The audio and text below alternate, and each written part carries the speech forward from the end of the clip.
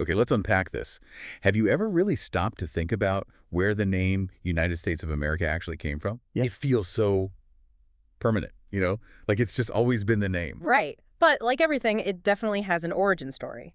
And this deep dive, based on the sources you've got here, it really takes us on that specific historical journey. Absolutely. So our mission here is basically to trace how this name developed Mm. from the continent getting its name through that sort of temporary label for the colonies. To the specific moments, the full name, United States of America, started appearing in documents, and then finally, its official adoption. Yeah, it's quite a process when you look at the material. Really fascinating. Okay, so let's start right at the beginning. America itself, your sources point way back to 1507. That's centuries before the country even existed. Exactly. That's the key date for the continent's name. There's a German cartographer, Martin Waldseemüller. He was working on a world map, and on that map, he labeled the lands in the Western Hemisphere America. America. And he picked that name to honor the Italian explorer, Amerigo Vespucci. That's the one, Amerigo Vespucci. Why him specifically? What did he do that made Waldseemüller choose his name? Well, Vespucci was really crucial for how Europeans understood these lands back then. Based on his voyages, he was the first person to really make the case quite strongly that these weren't the eastern edges of Asia. He argued they were, in fact, entirely new continents, a new world. Ah, okay. So the map maker recognized that huge geographical insight from the explorer. Precisely. And the name just stuck for the landmass itself. That's a great backstory for the continent's name. Okay, let's jump forward. A couple of centuries, American Revolution time. Before we got the full name, what were the colonies generally calling themselves when they started, banding together? Right. In those early days of the Revolution, the common term, the practical one, was United Colonies. Yeah. It just described them working together, their unified status against Britain. Simple as that. United Colonies. Yeah. Yeah, straightforward. Makes total sense for that initial alliance. Now, this is where the sources you brought get really interesting. How do we get from United Colonies to, well, United States of America, the permanent name? That shift happened right in the middle of the Revolutionary War. And what's really fascinating, based on these sources, is that the full name didn't just sort of appear out of the blue on one single day. It actually cropped up in several important places before it was made official. Okay, so it wasn't a sudden decree. It was an idea that was already floating around. What are some of the earliest examples the sources show us where United States of America appears? Exactly. It suggests the concept, the identity, was taking hold in different circles almost at the same time. One of the earliest documented uses is in a letter from January 2nd, 1776. It was from Stephen Moylan. He was an aide to George Washington, writing to Joseph Reed. January 76. Okay, that's early. And the sources also mention an anonymous essay in a newspaper. Right, in the Virginia Gazette. That was later in the spring, April 6th, 1776.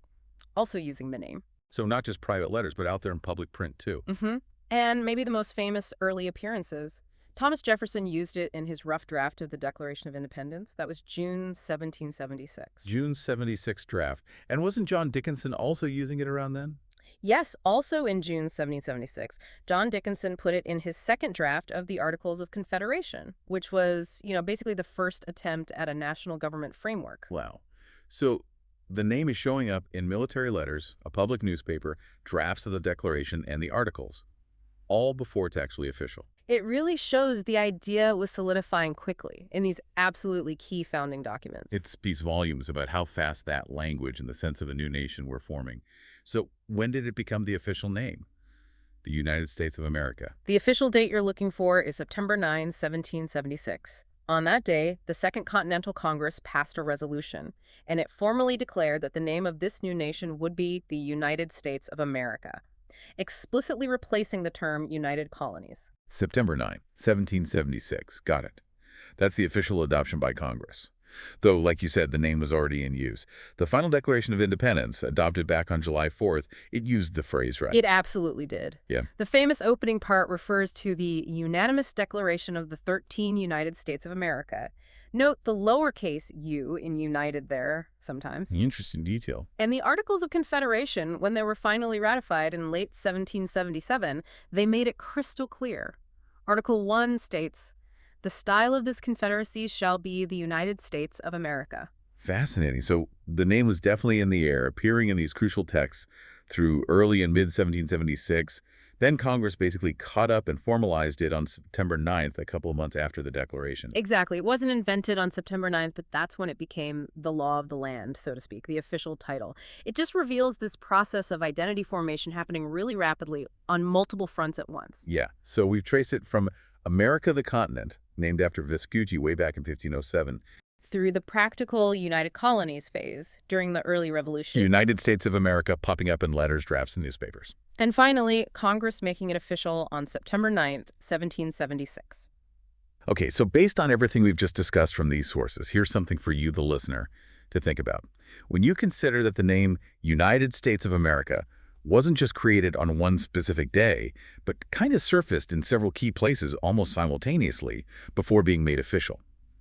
What does that more gradual, maybe organic emergence tell us about the nature of the founding period itself? Was it all of a sudden break, or more of a process where ideas took root quickly and then got formalized, something to mull over?